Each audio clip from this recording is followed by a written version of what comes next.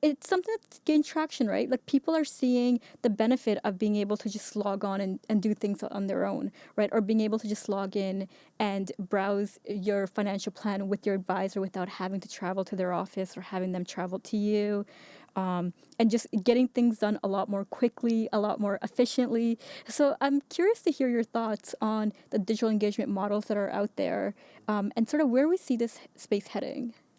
Yeah, digital engagement, I think, I mean, it's here to stay. Clearly, we're not stepping away. I think at the onset of the pandemic has been the accelerator.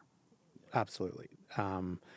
All firms have had to adjust and be able to do business online and digitally.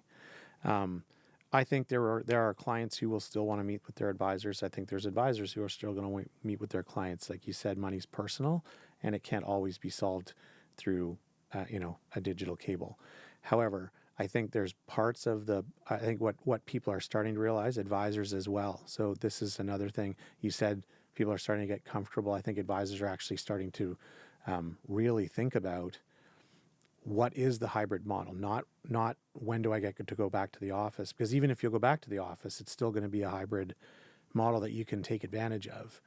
And I think what has mostly come out of this is that the fear that a client it wouldn't be as good of an interaction, I think is gone. I think they understand that it can be as productive, but the efficiency that it drives is tremendous. I think the one thing about a digital model that's going to be a bit tricky is when you have when it's a hybrid interaction with advisory teams, and how do they maintain the usual bullpen-like connection, water cooler type efficiency when portions of the team are at home and portions of the team are in the office. And that's just something that's going to have to iron itself out. And I can imagine that there are fintechs and communication companies that are working at that as we speak. So, but I think the efficiency that we've seen driven by it, and the fact that hasn't really lost its the actual engagement value is still quite high. It's only going to There's only going to be ways to try to drive more efficiency into that. And I think part of that is to give the interaction to the client, allow them to explore and do things that are not life-changing, that are not in need of the higher value advice. I just want to see how I'm doing. I just want to, and right now we don't, that's not a model that's very easily accessible. And I think that's an opportunity for most. And to be honest, we're seeing that. Firms are starting to focus on client portal. Firms are starting to focus on an interactive model that's beyond a face-to-face. So it's coming, and I think it's a trend that will continue for sure, in my opinion.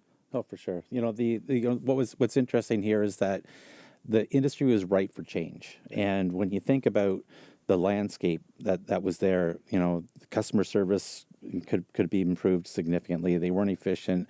There's a lot of factors and a lot of things that made the industry need to change. And you mentioned fintech. When fintech first came out, it wasn't that long ago, but it was seen as a disruptor. And it was a disruptor because it was changing what they've always done. But it was adding the capability to do like a digital onboard and things that for the client really made things much easier, much simpler, and much more efficient. And so what you saw is that evolution of the digital onboarding, but then also the digital advice. And you mentioned COVID, just the accelerator for, I was forced to try things, and guess what? I liked it, right? And so now I want to have more of that. And so the adoption increased, and so advisors had to pivot because they now had to incorporate this technology, and they had to incorporate these new client preferences into their business model and how they've always done things, and they were never disrupted before, and it was done this way. And so it's really interesting to see, and I think with the quick changes in the last couple of years, how important it is in order to stay ahead of those client preferences now They want digital access. They may want face to face too, but they may just want to log on and see their advisor for 5 minutes without getting in the car, driving downtown, and getting into the office. And it's changed the way the business is going to run significantly for the long term. I think it's opening up more choice for them to be able to deal with other people anywhere. And so that's the other component of this, right? You can now, almost without borders, be able to deal with advisors and have your choice of even other professionals anywhere. And so that digital engagement is key. And so on both fronts, one for the client, because one, I think it's giving them back the time that they value the most. Two, it's giving them more options and choice of where to get that advice from. Three, the ability to, and we don't have a lot of systems that I can think of right now that are allowing clients to do this to this degree, but allow them to actually dig in and play around with some what if scenarios on their own, and then eventually circle back to the advisor with their Right. questions. And then, my mind always goes to solutioning. And as I heard you talking about, the connectivity between teams and being able to, have that connectivity when some people are working at home and some people are in the office. I mean, COVID has forced that issue. But,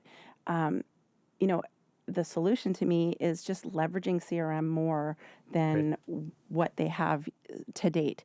CRM has, workflows and systems and processes built into it. And if advisors actually leverage that more, it can solve a lot of those issues and concerns. Right.